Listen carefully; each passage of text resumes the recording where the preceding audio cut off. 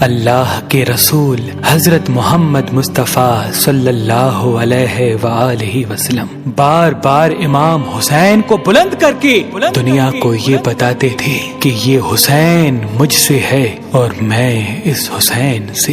اے لوگو، اگر اس حسین پہ کوئی مشکل وقت آ جائے اور یہ تم سے مدد طلب کرے تو اس کا ساتھ دینا، کیونکہ یہ جنت کے جوانوں کا سردار ہے، میرا خون ہے، میری اولاد ہے۔ لیکن افسوس، ابھی رسول اللہ کی رحلت کو تھوڑا وقت ہی گزرا تھا کہ کربلا کے میدان میں ایک طرف 9 لاکھ کا مجمع تھا تو دوسری طرف وہ حسین جس کو اللہ کے رسول اپنے کندھوں پہ سوار کرتے تھے۔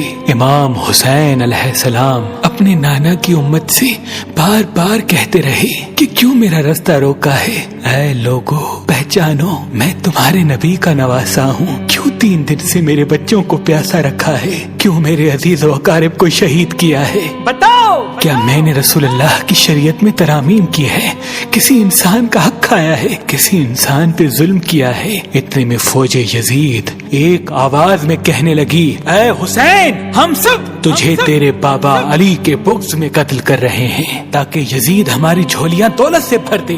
امام حسین نے فرمایا، اے لوگو، آج جس اسلام کا علم تمہارے ہاتھوں میں بلند ہے، یہ علم میرے بابا علی نے بلند کیا، مت بھولنا۔ خیبر و خندق میں اگر علی نہ ہوتے تو اسلام کی فتح ناممکن تھی۔ وہ علی جس نے پوری زندگی اسلام کی تبلیغ کی، حق کو بلند کیا، رسول اللہ کی حفاظت کی، آج اس علی کو یہ اجر دے رہے ہو۔ اے لوگو، بتاؤ، اللہ کے رسول نے بار بار میرے بابا علی کا ہاتھ بلند کر کے فرمایا تھا کہ جہاں حق ہوگا وہاں علی ہوگا، جہاں علی ہوگا وہاں حق ہوگا، اور آج اس علی اور اولاد رسول کو یہ اجر دے رہے ہو۔ اتنے میں یزید کی فوج کے سپہ سالاروں نے دیکھا کہ کہیں فوج میں بغاوت نہ ہو جائے۔ اے شمر، کیا دیکھ رہے ہو؟ حملہ کرو۔ بس لاکھوں کی فوج نے جب رسول اللہ کے نواسے پہ حملہ کیا، امام حسین علیہ السلام نے اللہ کا نام لیا اور ذوالفقار کو نیام سے نکالا۔ تاریخ گواہ ہے،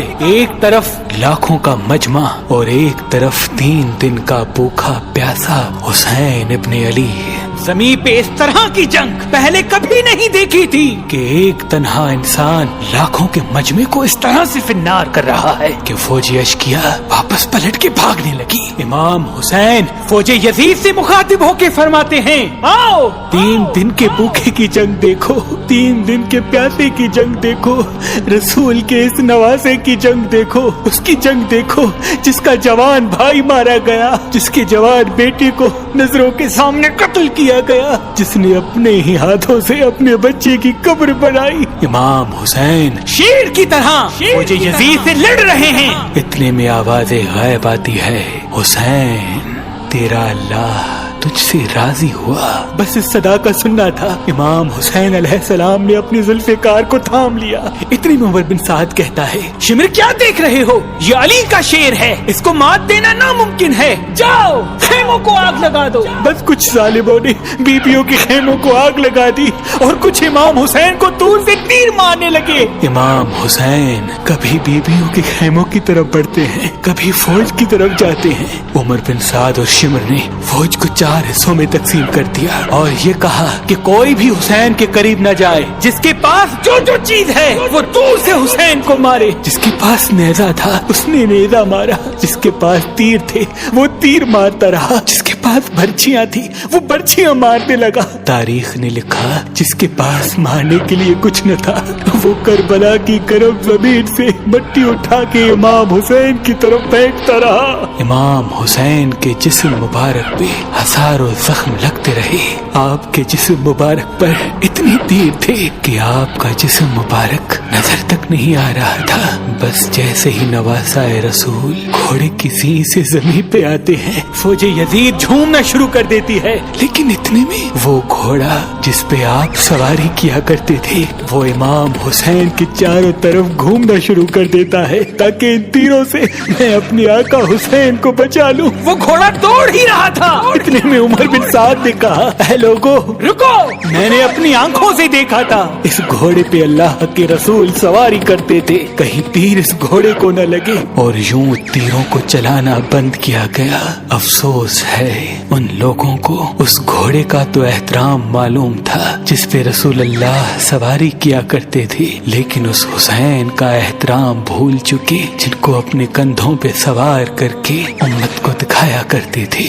بس امام حسین علیہ السلام زمین کربلا پہ اپنا سر رکھ کے اللہ کا شکر کر رہے ہیں، اور وہاں فوج یزید کے مختلف سپاہی امام حسین کا سر کاٹنے کے لیے قریب آتے ہیں۔ جو بھی قریب آ کے امام حسین کے سر کو دیکھے تو اسے امام حسین کے چہرے میں رسول اللہ کا چہرہ نظر آئے اور وہ چیخ کے دور چلا جائے۔ اتنے میں شمر کہنے لگا یہ کام مجھ سے ہی ہونا ہے۔ جیسے ہی شمر نے خنجر امام حسین کے گلے پہ رکھا تو وہ دیکھے امام حسین کے لب ہل رہے ہیں۔ اس نے سوچا ہم نے حسین کا پورا خاندان قتل کر دیا، 3 دن تک حسین کے بچوں کو پیاسا رکھا، شاید حسین ہمیں بد دعا دے رہے ہوں گے۔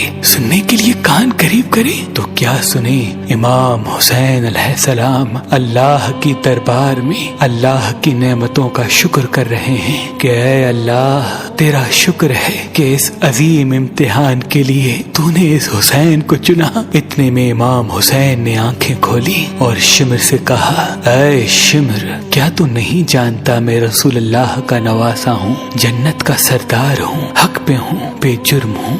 شمر نے کہا ہاں مجھے معلوم ہے۔ پھر آپ نے فرمایا تو کیوں قتل کر رہے ہو؟ شمر نے کہا تاکہ یزید میری جھولی دنیاوی دولت سے بھر دے۔ بس یہ کہتے کہتے شمر امام حسین کا گلا کاٹتا رہا اور فوج یزید مسلسل جھومتی رہی۔